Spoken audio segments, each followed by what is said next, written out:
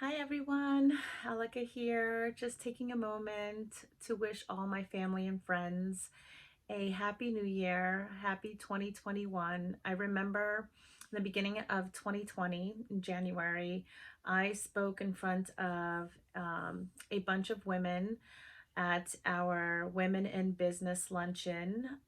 And I remember what I spoke about was getting ready for 2020 and focusing on your goals and dodging the curveballs, not being afraid to try new things, not being fearful because life is an adventure. And then in March, the pandemic hit and our worlds just changed just like that in an instant. And I was kind of lost because I'm a wedding and event planner, and my industry was hit very hard, just like so many others. And then you turn on the TV, and it's just devastation, people dying, and everyone's confused. We don't know what to believe. And I was just left at a loss. So, what did I do? It took me a while, but what I did in 2020 was, as I'm reflecting, is just really leaned on other women.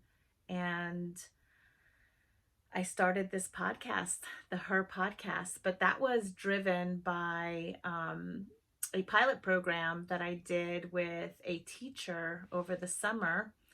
I did a youth led podcast for my nonprofit. I'm a co founder and executive director for Youth Infusion. And and that's my passion, really working with youth and advocating for women. So that's because I love that so much. That's what I focused on.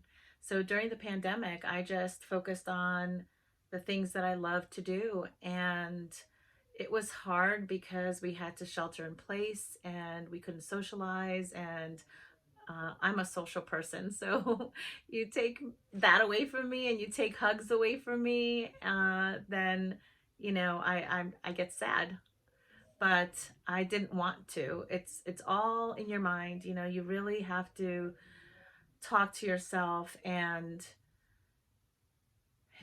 it's your mindset, and I had to shift my whole mindset from the negative thoughts that I was having to more positive thoughts. And I started the Her podcast, and I did a youth led podcast pilot program with middle school kids, and it was so much fun. So I loved the process so much. And I reached out to my colleague and my friend, Alegria Cita Amor, and we partnered on this pandemic project called the H.E.R podcast. So stands for Heal, Empower, and Rise. So that's what we are all about, just having really raw and authentic conversations with women all over the world.